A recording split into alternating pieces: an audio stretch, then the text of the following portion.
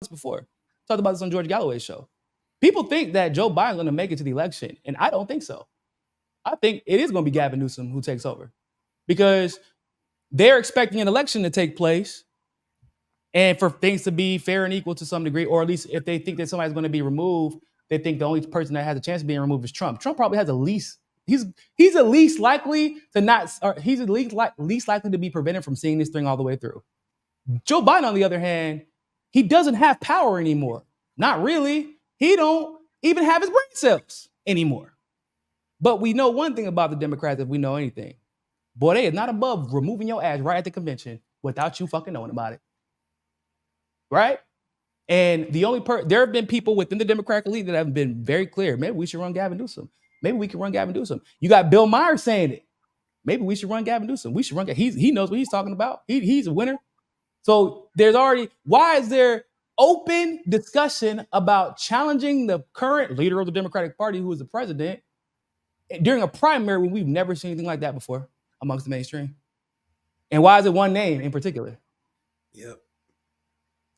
Because they know at the convention we can do what the fuck we want to do, can't we? And but if we put Gavin Newsom in, what happens right now, Nick? If they try to put Gavin Newsom in right now, he gets exposed. He's not Clinton. Because what we gonna spend our time doing? What we gonna spend our time doing if Gavin Newsom comes up here talking about I'm progressive? What you do about them healthcare bills? What about them wildfires that you keep trying to blame on climate change, but it's really PG&E that's paying your fucking campaign and everybody at the assembly there all that money so you can look the other way and take cute pictures and pretend like it isn't the fact that you're not forcing them to uphold their infrastructure. What you doing with that homeless population that you send in a fucking jail or allowing to be sent to jail? Right? He gets exposed.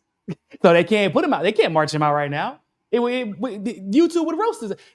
And Gavin's one of those people, kind of like Joe Biden, or really the majority of the establishment.